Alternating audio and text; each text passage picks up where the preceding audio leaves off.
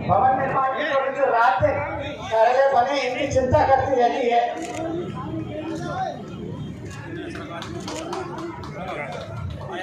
Sir एक minute sir अभियान कार्यालय भवन निर्माण की योजना को लेकर तैयार है।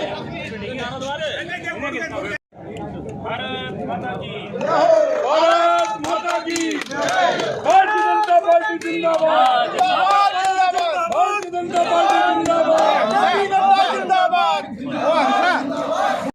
फिजिकली जैसलमेर के कार्यालय का वर्चुअली और फाइनल का भूमि पूजन संपादित हो रहा है। क्या शिक्षा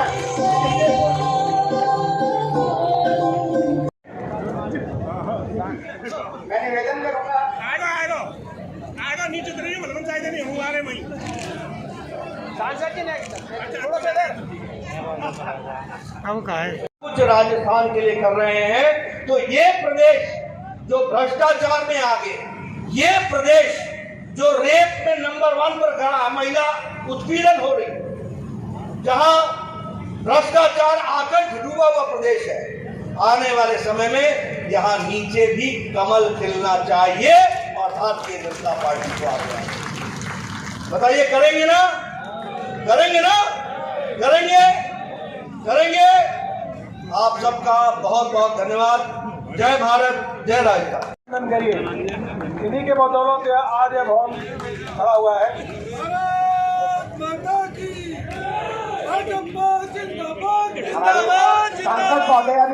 सांसद महोदय कार्यालय उद्घाटन के अवसर पर मंच पर विराजमान, मेरा ये सौभाग्य है कि मुझे आज यहाँ 2 कार्यालयों का शिलान्यास, 2 कार्यालयों का उद्घाटन और 1 कार्यालय बाड़मेर का शिलान्यास करने का सौभाग्य मिला।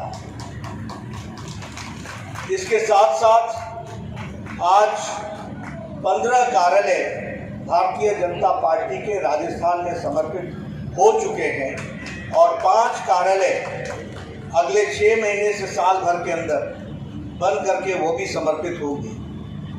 ऐसे शुभ अवसर पर जब भारतीय जनता पार्टी कार्यालयों का निर्माण कर रही है तो निश्चित रूप से हम सब के लिए बहुत ही खुशी की बात है और हम सब लोगों के लिए पार्टी को आगे बढ़ाने के लिए एक बहुत बड़ा एक मील पत्थर साबित होता है विकास के दृष्टि से।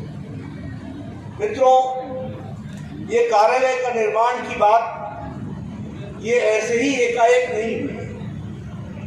जब 2014 में आदरणीय प्रधानमंत्री जी ने प्रधानमंत्री का पद संभाला तो उस समय हमारा कार्यालय 11 अशोक रोड नई दिल्ली होता था और वो कार्यालय में आए थे और कार्यालय में उन्होंने चर्चा करते हुए कहा कि क्या हम अभी भी सरकारी भवनों में ही अपना कार्यालय चलाएंगे?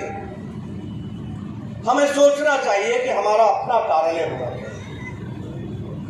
कुछ दिनों बाद अमित शाह राष्ट्रीय अध्यक्ष बने, उन्होंने योजना बनाई और हम लोगों ने तय किया कि प्रत्येक जिले में एक कार्यालय होगा और उस समय की संख्या में 887 कार्यालय खोलने का और बनाने का हम लोगों ने निर्णय किया। 887। और आज आपको जानकर के खुशी होगी कि 500 से ज्यादा देश भर में जिला कार्यालय और सभी प्रदेश में प्रदेश कार्यालय बन करके तैयार हुए हैं। ये आज भारतीय जनता पार्टी और 116 कार्यालय निर्माणाधीन हैं और 122 कार्यालय वो उसकी जमीन मिल गई है और अब काम शुरू होना है। तो इस तरीके से देश भर में 887 कार्यालय बने, इस योजना को लेकर के हम चले। मित्रों, 2-3 बातें हम, वो ये कि हम बहुत खुशनसीब हैं कि आज हमको ये भव्य कार्यालय मिला है कार्य करने के लिए। याद कीजिए, इस पार्टी को बनाने में लोगों ने 4-4 पीढ़ियां खपा दी और उन 4 पीढ़ियों में किसी से दरी मांग करके लाते थे, किसी से कमरे में कोई पंखा लगाने के लिए कुछ उसके लिए किसी से डोनेशन लेकर के आते थे। किराए का कमरा मिल जाए, किराए का मकान मिल जाए तो समय पर किराया देने की भी स्थिति नहीं होती थी। उसके लिए भी कोई न कोई दाता ढूंढना पड़ता था, तब जाके किराया दिया जाए। इन विपरीत परिस्थितियों में विचारधारा को हम लोगों ने आज बढ़ाया और आज हम कह सकते हैं कि भारतीय जनता पार्टी दुनिया की सबसे बड़ी पार्टी और विचार युक्त party, ideological based party, cadre based party और कैडर बेस्ड पार्टी के साथ साथ मास फॉलोइंग वाली पार्टी है तो भारतीय जनता पार्टी है। ये हमको ध्यान रखना चाहिए। और जब हम ये बात कहते हैं तो यह भी हमको ध्यान रखना चाहिए कि हम लोगों ने एक नया राजनीति का आयाम शुरू किया। दुनिया में, देश में सारी पार्टियां परिवार ही उनकी पार्टी बन गई है और ये भारतीय जनता पार्टी अकेली पार्टी है जहां पार्टी ही परिवार है। ये अंतर हमको समझना चाहिए। बाकी सब पार्टियां परिवार की पार्टियां बन गई है, कोई बचा नहीं। मैं देश का नक्शा दिखाऊं आपको। उमर अब्दुल्ला जम्मू कश्मीर में परिवार की पार्टी, फारूक अब्दुल्ला परिवार की पार्टी, मुफ्ती मोहम्मद की बेटी महबूबा मुफ्ती परिवार की पार्टी। नीचे आप आइए, पंजाब शिरोमणि अकाली दल परिवार की पार्टी, हरियाणा परिवार की पार्टी।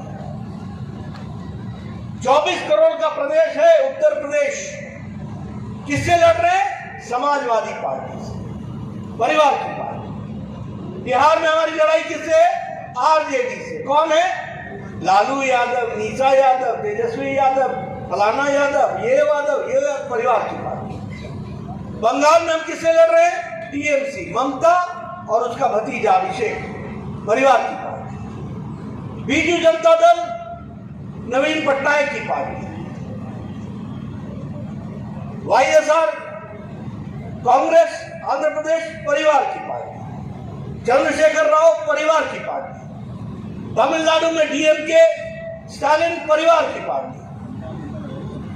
उद्धव ठाकरे की शिवसेना परिवार की पार्टी। ये सब परिवार की पार्टियां और अकेली, और तो छोड़िए, कांग्रेस पार्टी भी अब मां बेटी बेटा की पार्टी बन गए। बाकी सब कुछ है।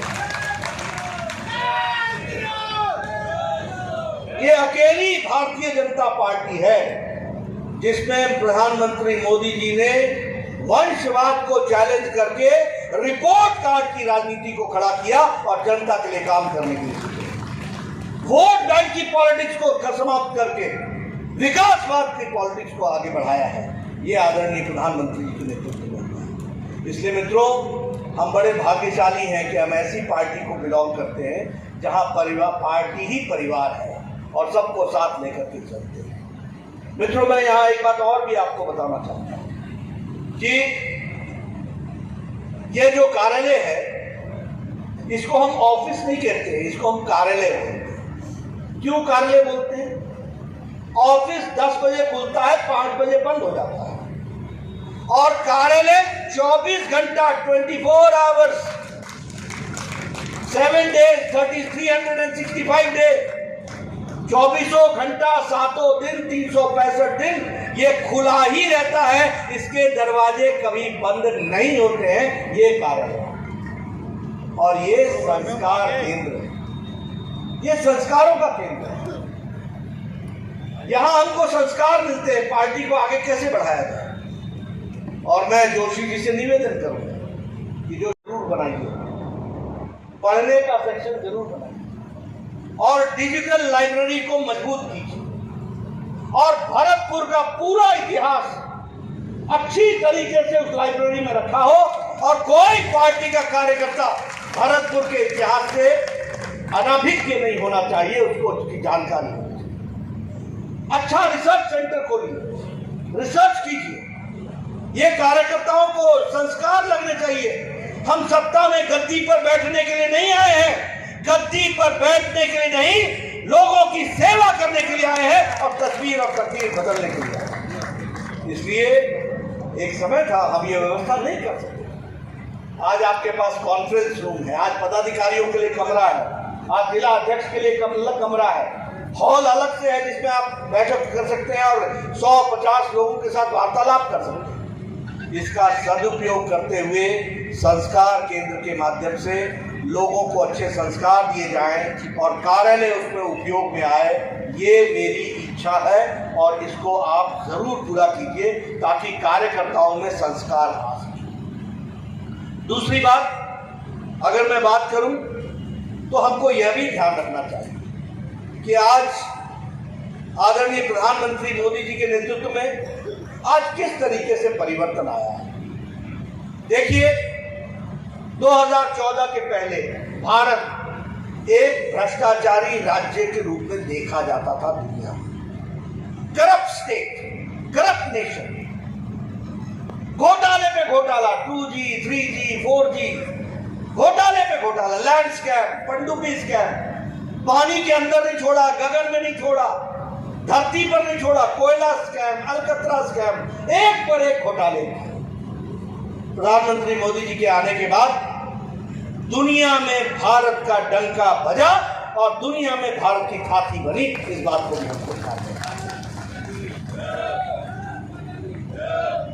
देखिए, मैं आपको समझाना चाहूंगा, देखिए आज से 2014 के पहले जब भी कोई अंतर्राष्ट्रीय नेता भारत के बारे में चर्चा करता था तो वो हमेशा कहता था India and Pakistan, India and Pakistan.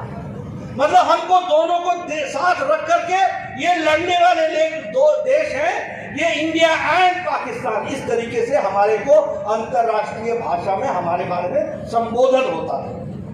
2014 के बाद, मोदी जी के आने के बाद इंडिया की चर्चा जब होती है तो इंडिया इंडिया है, पाकिस्तान कौन हो गया, कोई चर्चा नहीं करता पाकिस्तान को, और भारत से जोड़ना समाप्त हो गया।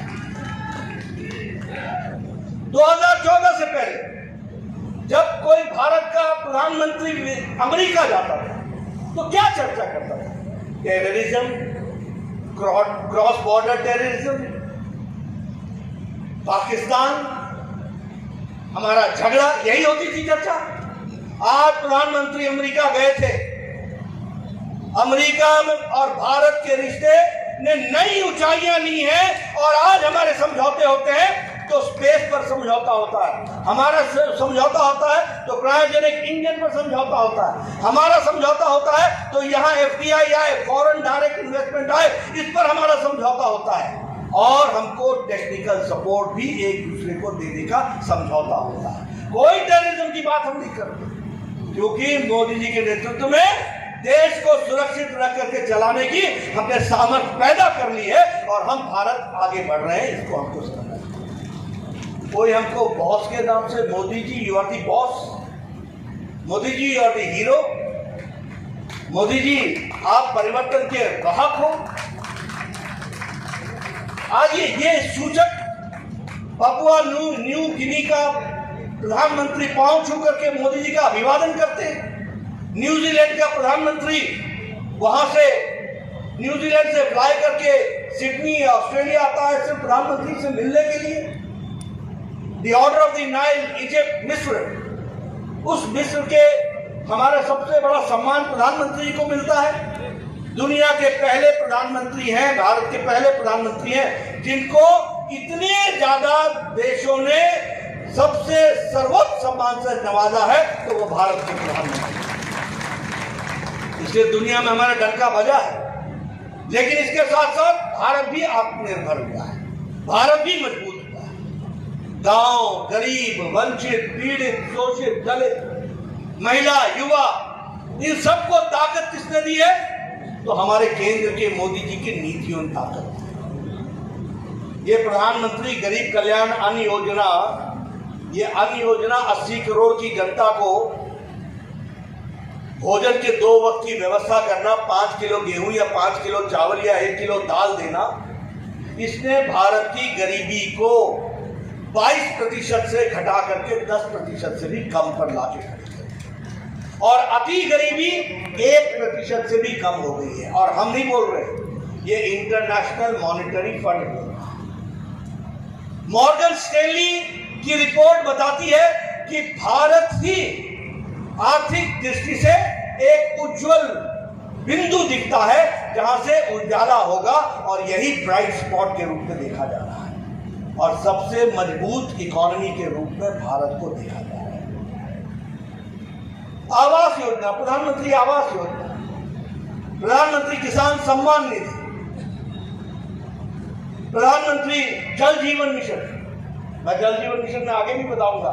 हमारे गजेंद्र शेखावत जी जल जीवन मिशन में सबसे ज्यादा पैसा राजस्थान को दिया गया, और दुख के साथ बताना पड़ता है कि सबसे पुअर परफॉर्मेंस राजस्थान की है।